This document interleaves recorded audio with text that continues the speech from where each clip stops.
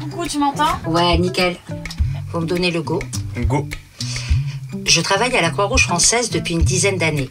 Ce podcast, il s'appelle Cliché. Je pense que le grand public n'a pas toujours une idée très précise de ce que c'est cet engagement. Et pour moi, c'est important de le faire passer à travers ce podcast.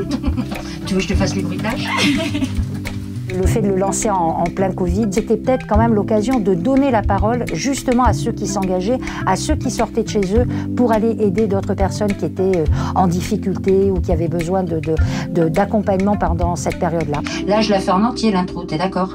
Oui, après tu peux prendre le temps et comme d'habitude, si tu patines un moment, tu reprends 2 phrases plus haut et ça nous permettra de raccorder les wagons. Moi, j'ai enregistré en me mettant sous ma couette dans le sous-sol de ma maison. Ça a été une aventure humaine formidable et on s'est rendu compte justement que malgré les difficultés liées au confinement, on avait un pouvoir d'agir et qu'on pouvait ne pas être en super studio d'enregistrement et quand même réaliser à faire ce podcast. J'ai été lauréate d'un appel à projet de 21, l'accélérateur d'innovation sociale de la Croix-Rouge. Dans la saison 1 de Cliché, c'était il y a 3 ans, on a voulu montrer à cette époque-là comment des personnes au sein de la Croix-Rouge accompagnaient cette crise sanitaire incroyable. On n'avait jamais connu ça dans le monde. La deuxième saison, malheureusement, elle s'est appuyée sur l'actualité qui était celle de la guerre en Ukraine, de ce conflit armé. Dans la troisième saison, elle va parler d'un droit qui est mal connu, qui est le droit international humanitaire. Refais tout. Ouais. Depuis le début. Vous me dites quand je peux repartir? Tu peux. Des conséquences inimaginables.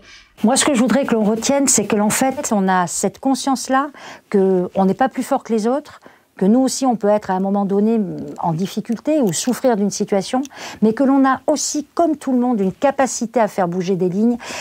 J'aurais l'impression d'avoir fait un tout petit peu bouger quelque chose et accompagner les gens à prendre conscience de ça. Tu peux refaire une phrase, s'il te plaît? Depuis le début de l'invasion russe en Ukraine, être engagé, c'est partager ses convictions. Soit on est tous des héros, soit en fait personne n'est un héros.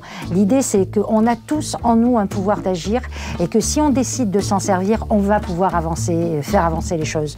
Alors moi, je dis qu'il faut toujours croire en ses rêves.